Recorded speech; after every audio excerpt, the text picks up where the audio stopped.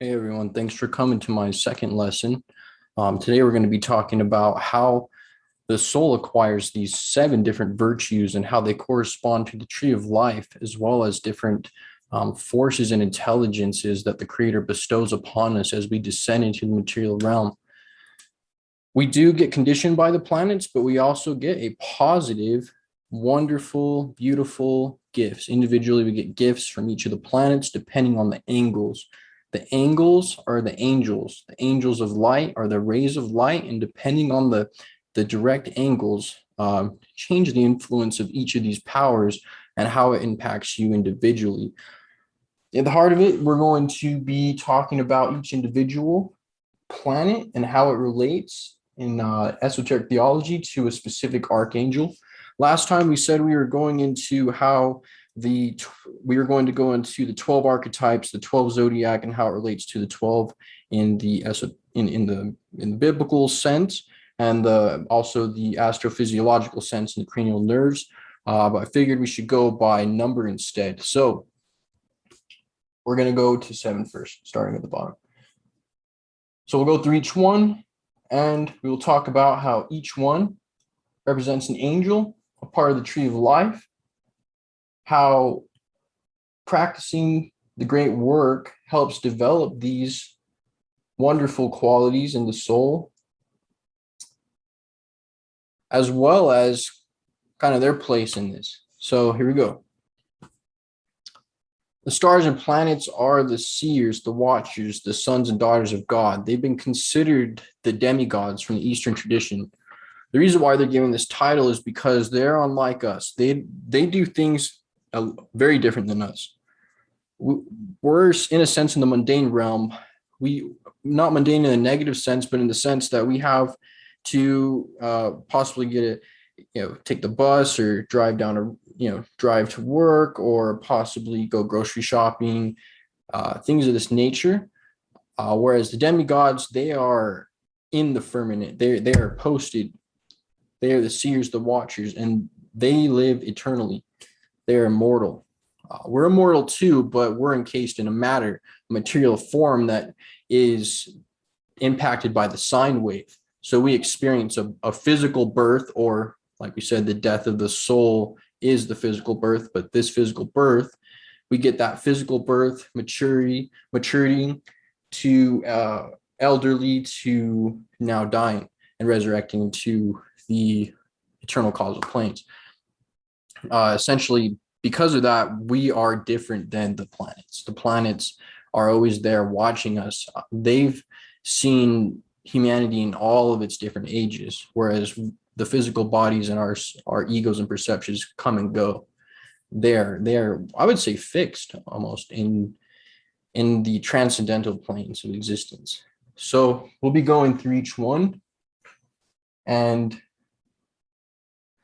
we will be talking about how the science of the soul and being aware of this will help you notice and appreciate and give reverence and understanding to what we've been fed to, is basically saying, life is purposeless, that all of these things in the sky and are just floating around, that they have no purpose, no intelligence.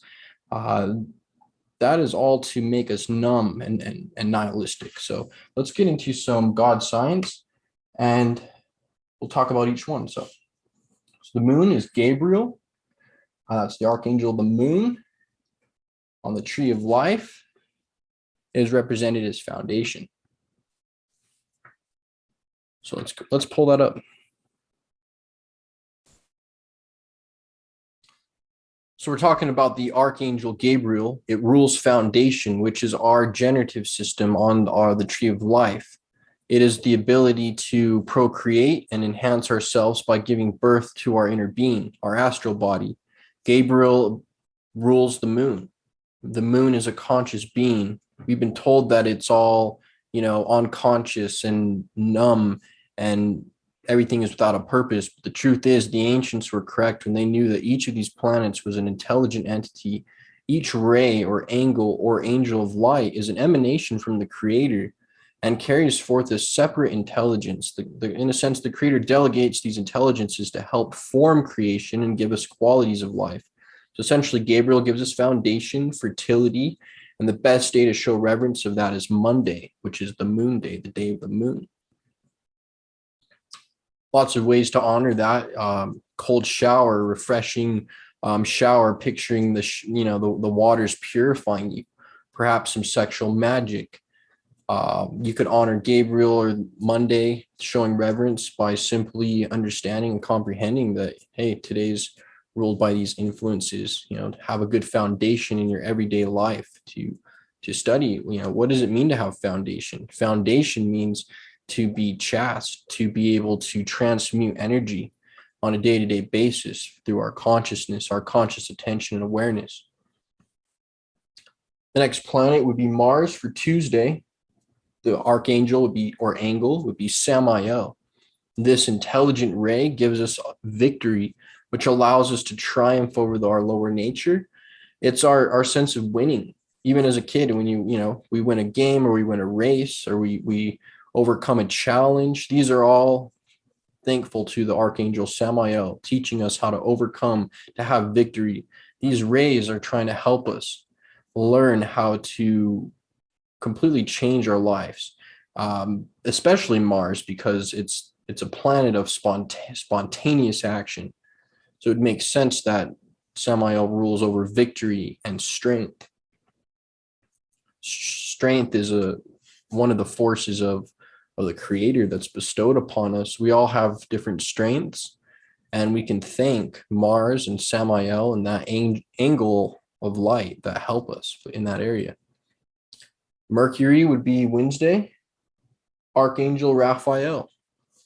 Raphael gives us splendor, just to be able to be superb, to be able to really enjoy. Mercury is the angle or planet that rules over Raphael.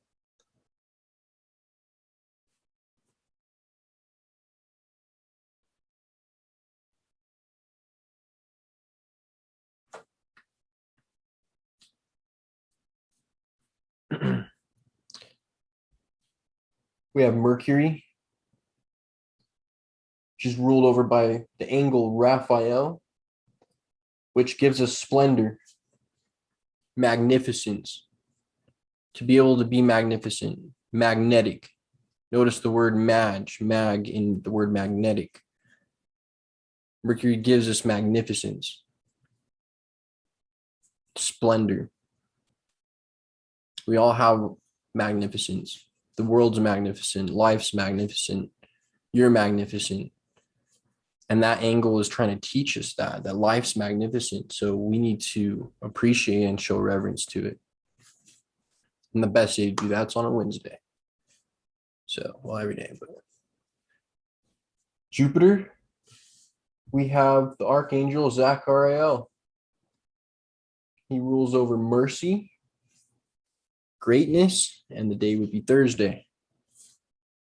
Essentially, this is the quality of the soul or the creator that allows us to have mercy so that we're not just ravaging, automated, bestial entities that just, would conquer or kill or hurt or harm or punish just for no reason at all, or just because we want to, or because we felt like something, someone did something, let's say stole some bread.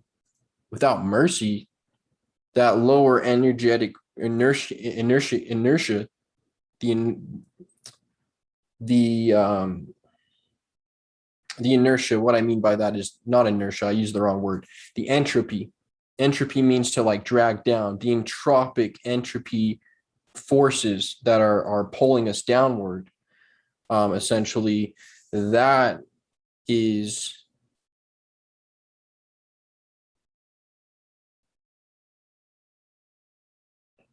what would make us, that aggressive nature that makes us, negative bestial entities. Essentially, Zachariel, mercy, gives us that angle of light that allows us to understand, to have mercy, that everyone, deserves to be treated how everyone wants to be treated, and essentially to be everything dealt with intelligence. balance between mercy and justice, not just full-on justice. Without Jupiter's help, there would just be justice. There'd be no mercy, no balance. So that's why we should show reverence to that ray, to understand that, hey, we need to activate our mercy. We have to have mercy on others, and to not condemn them or to punish them. We need to have mercy, just as the Creator would have mercy for us. As the sun shines upon both good and evil, we too need to mimic the sun and understand that everyone deserves mercy. Now, let's not forget that mercy is in balance with justice, and justice is a ray as well. We're getting to that one. So essentially, mercy and justice seem different, but they're two parts of the same thing, and they need to be applied balanced. The next planet we have is Venus. That angle of light in esoteric theology would be considered NIO. NIO would be love, our ability to have the magnetic attraction of purity and love that gives us the juice and zest of life. Venus gives us attraction and beauty, and gives us the ability to appreciate beauty in music and art and the human form and sounds. Beauty is everywhere because of Venus, because God, or the Creator, delegated its purpose and its ways to Venus, that ray, to uphold creation eternally, to have it always be beautiful, to have beauty instilled in everything. Take a look around your room sometime. Look at the table, look at the lamp, look at the sunset, look at your silverware. Everything is so beautiful, and that's because of Venus, because of NIO, because God sent that ray to the prime creator, the universal cause wanted NIL, that ray, to penetrate material creation and allow it to flourish with beauty. And that would be on Friday. Friday is the best time to tune in and just feel how it, the love of that, the love and the beauty in creation. We're going over Saturn now, which is ruled by the angel Cassiel.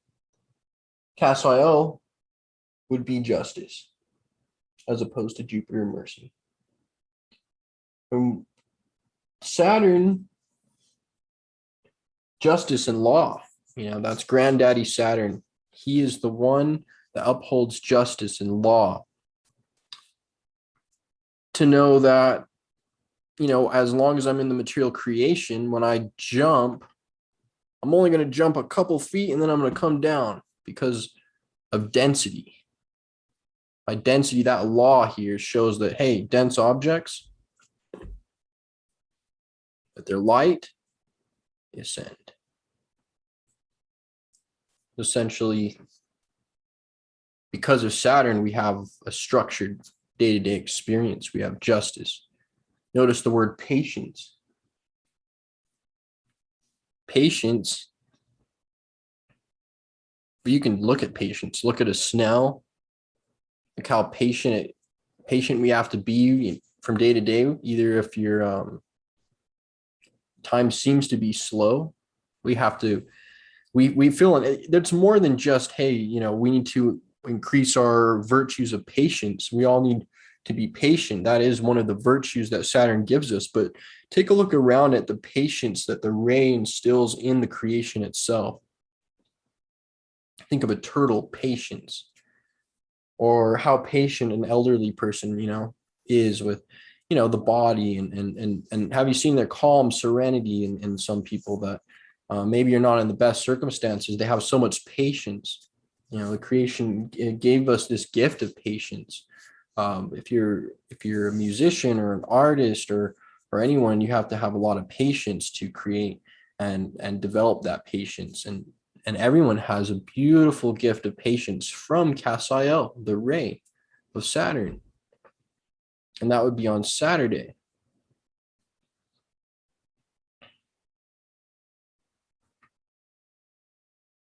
Now, finally, the sun, ruled by the angel Michael.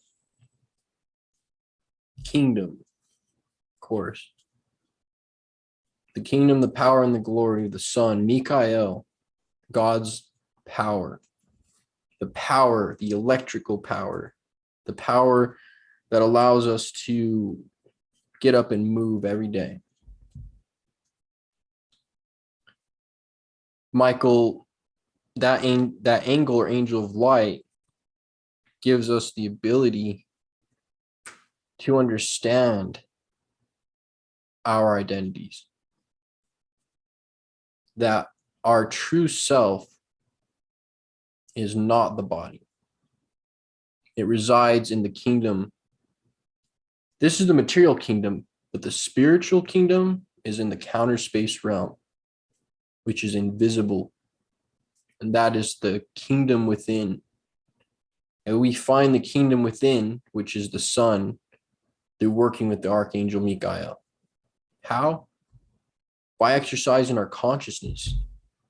The Son is consciousness and power, and that power powers our consciousness. It is the supreme light bulb, and we are miniature light bulbs. And it gives us the power. That's why we, encourage all of these sun exercises that allow you to transmute energy from the sun. There's various methods to transmute energy from the sun. We've heard them, sunbathing, solar gazing, the ability to do these things correctly and intelligently. We can use the sun on a fundamental level, understanding that we can tune in to our inner kingdom through meditation every day. And that is simply by recognizing to be still and know that you are not the body. And to have that awareness until you fully realize it and comprehend it. So that's the sun. We'll do a little bit of reading.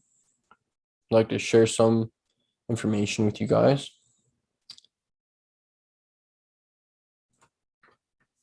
Okay. Essentially, astrology has traditionally been used for much more than fortune telling. The Bible has never condemned astrology. In fact, it condemns people that only use the science to gain material objects or worship the material nature in the sense of trying to gain the fruits of one's labor, even if it means to be dishonest with it, or to try to get up one ahead, in a negative way. That is not, we're not trying to tell. When we talk about esoteric astrology, we're not talking about fortune telling. And astrology is the science of the word of light, astro meaning light and logos meaning words, so the study of the word of God. We've heard Santos speak of this quite a bit. We know that astrology is deeply connected to our inner life as well as our physical body. We know briefly that Aries rules the head, Taurus rules the neck, Gemini the arms and lungs, Cancer the crab rules the breast, Leo the heart, Virgo digestive system, Libra rules the kidneys, and Scorpio the generative system. Sagittarius rules the hips, Capricorn rules the kneecaps, Aquarius rules the shins, and finally the two fish, Pisces, at the bottom of the feet. This is how the ancients saw that the above man or archetypal blueprint is the above and we are the below. And the ancient seers and elevated beings who were in contact with their inner great spirit were able to understand the body was the microcosm. That means it was an individuated partial of a greater whole. That whole reflects its image through the material creation, and we perceive it as the celestial heavens above. The world below being matter, and the sky being the closest image we have of the spirit realm. Hence why most religions use heavens as the sky to represent the spiritual realm. Astrology is the map of the mind of God. The 12 zodiac relay how energy manifests in the material realm, how a thought is conceived and acted upon, how the seasons change from spring to winter, and how the soul descends and reascends out of the material universe and back to the realm of causes. Astrology is also the key to the unfoldment of the archetypes of the soul and how the seer unfolds his inner being through the 12 labors of Hercules. Hercules represents the archetype of the soul that relates to the soul that is in a human journey or physically incarnated in the material realm, and thus has to learn from trial and circumstance to overcome and triumph and become victorious. We can use astrology practically to acknowledge our defects as well as where we're gifted and unique. An Aries can serve as a brilliant leader or powerful exorcist. The cardinal fire energy creates impulsiveness and an inner courage to act with much forethought. This can be great to tread to solve problems where most will not.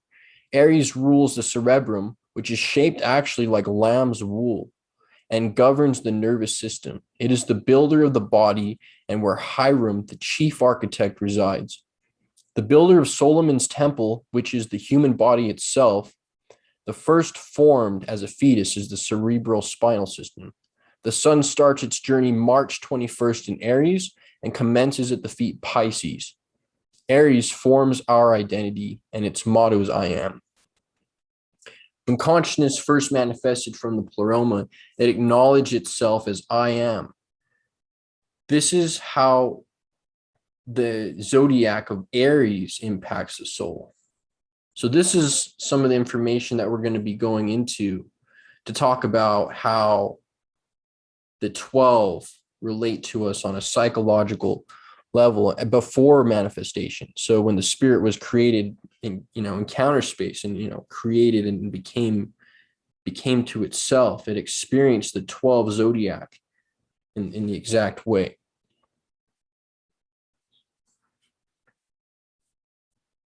Final touch on the number 7. The number 7 is prevalent in all teachings, myths, scriptures, and daily doings. So the days of the week, the 7 musical notes, the 7 colors of the light spectrum. The one infinite light separates into 7 and forms material creation with the 7 forces, which are intelligent and personal. The chakras are well known in the Indus Valley esoteric tradition, and in the Christian tradition, they're known as the 7 churches or the 7 candlesticks before the throne of God. Number 7 is aesthetically pleasing to the eye. Most structures use 7 or 12. It's a beautiful number in and of itself and its perfection. The initiate must activate the 7 centers of the body and awaken the 7 forces of the soul that collaborate the 12 intelligences within man to form the light of the world. The 7 forces of nature come about through the top 3 Sephiroth of the tree of life: love, wisdom, and crown. The eternal 3 in one principle, or what we know as the Holy Trinity: active, passive, and neutral. So, as we said, these 7 intelligences are what stamp us with these qualities. And by practicing improvement day by day and self-reflection and doing the great work, transmuting our moon, transmuting the waters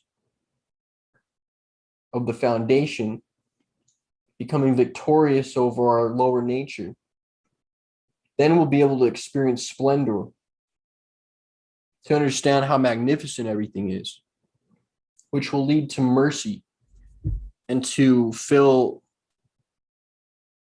forgiving of others, to be tolerant, which awakens divine love. Then you'll have a sense of justice to know right from wrong, and you'll be, you'll know that, hey, there's something wrong here. We need to deal with this, especially if there's things in the material realm that are usurping other people's free will. We need to activate that justice, and to do that, we need to understand all of these. And finally, we attain the inner kingdom. So we're going to be going over various ways and understandings and perspectives to help facilitate this process, to show reverence to the 7. We're also going to be talking about the other 3 planets that are invisible to the eye, and understand their place in all of this. But today we're just talking about the 7. We briefly touched on the 12 and just the esoteric nature of astrology. Next time, we'll definitely go in more depth about the 12 and how they individually relate. Thank you so much for coming. I hope you guys enjoyed and hope you have a wonderful night.